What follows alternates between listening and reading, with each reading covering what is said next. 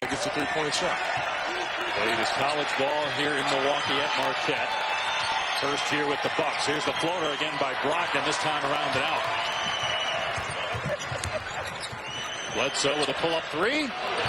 And long rebound tracked down by Giannis, who goes right at Sabonis and finishes strong. Lopez can't get that one to go. Here's Brogdon, who's doubled his assist total from last year. He's tried that floater now 3 times, made it once. Giannis finds Matthews. Rainbow 3 off the mark. I tell you what, the Bucks, whether they've gotten a stop or even taken the ball out, they haven't had to set up a play. They continue to push the ball up the floor extremely fast, and they get shots every time.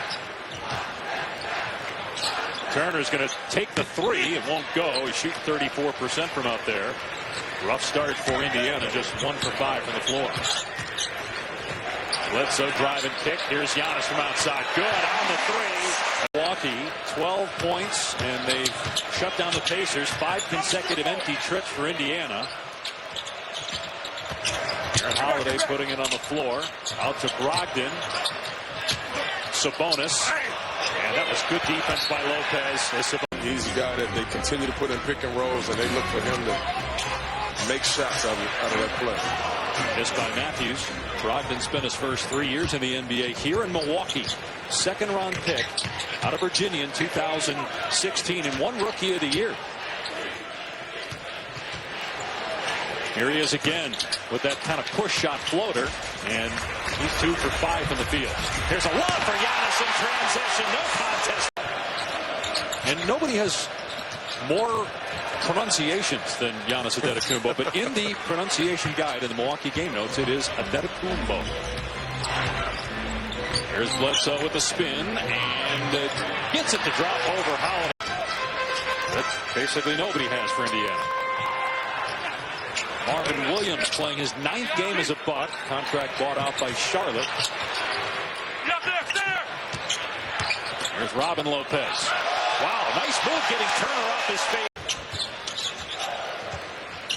McDermott trying to fight through some screens as Sabonis tries it and gets. I played with, as I actually can't say I played. I was on the team, but his younger years, and I understand his, Giannis, the clear front runner for the MVP, but man, Chauncey, LeBron James continues to amaze in year 17.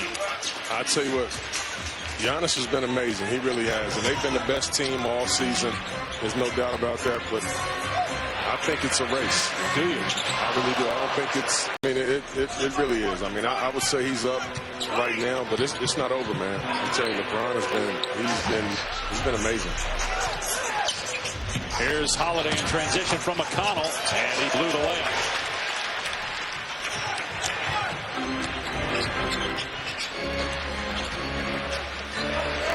You have to double or triple team Giannis right here with him against T.J. McConnell. McConnell did a good job there, and then Bledsoe turned it over. I'll tell you what, Indiana's they're starting to get some deflections and create some turnovers, which allows them to get down and make shots like that.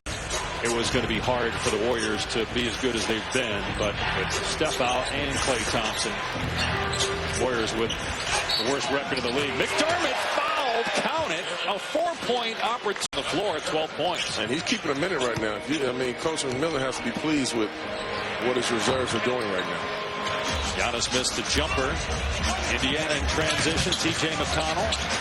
That's deep in the paint. Sabonis the extra pass. Holiday. McConnell keeps it alive. Holiday's going to try it again. Not close. And isn't T.J. McConnell watching him? Isn't that a great lesson for some of these guys in college that think that they need to leave after 1 year and go to the NBA? We have a guy like McConnell who's a 4-year player that's now a very valuable NBA player. Well, I mean, those 4-year players to me have been very effective in the game. I really think so. I mean, he was a 2nd-round draft pick by Texas A&M 8 years ago, and now he's a 2-time All-Star and making max money. Brogdon's 3, no good. Speaking of that, I just love to see guys that put that work in and finally get what they deserve. And Chris Middleton is absolutely one of those guys.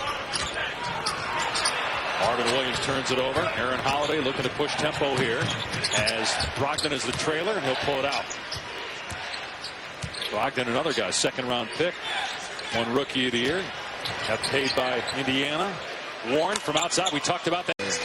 Dedication and enthusiasm, like a lot of people could be those guys. 4 assists and a ton of energy. I'll tell you what, this is a 4-point game.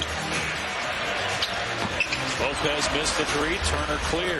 This team has settled down a little bit. They're starting to get to their second and third option on plays and not forcing quick shots against a very good defense. Lopez on the scoreboard. 3s prior to that hit by Brook Lopez. He's got 83s on the year, made over 180 last year. Sabonis with the long right now. Giannis and Sabonis. Antetokounmpo, by the way, is 1 of 5 from 3 after the miss on the previous possession. Wild shot by Lopez. All those nights of those special shots that he makes, special plays. Welcome back, Steph.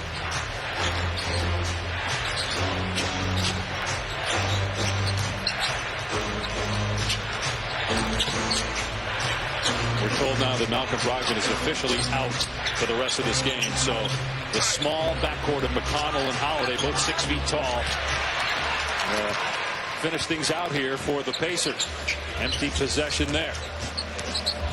Matthews with the floater, and it drops. Sabonis again with a jumper from 2-point range. Made 6 and 1 over their last 7. Lost to the Knicks the other night, but still over the last 7 games, along with Indiana and Milwaukee, they've got the best record in the NBA. Pick and roll, you have to be up at the level of the screen. Middleton so consistent night after night. He's got 18 points. On pace to shoot 50 from the floor, 40 from 3, and 90 from the foul line. Only 9 players have done that in NBA history. Giannis in the lane. That one almost down, but then out.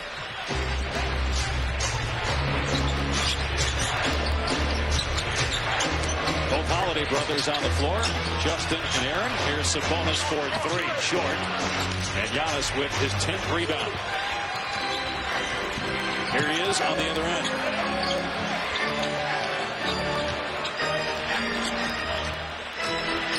Setting the screen and rolling to the bucket. Middleton finds him.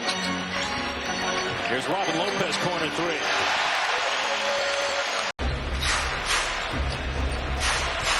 Indiana in the middle of a 5-game road trip. They go to Chicago next, then Dallas. There's McDermott on the drive. That's probably fun. And that's kind of how they load manage. You know, they don't have to play their stars in the fourth quarter as much. But here's the thing that you worry about, that I worry about. In tough playoff series, yes. I mean, a lot of teams in the league, I mean, they're playing close games all year, so you become accustomed to what you have to do in this scenario, what you have to do in this situation. When you're blowing the team out every game, you don't get it.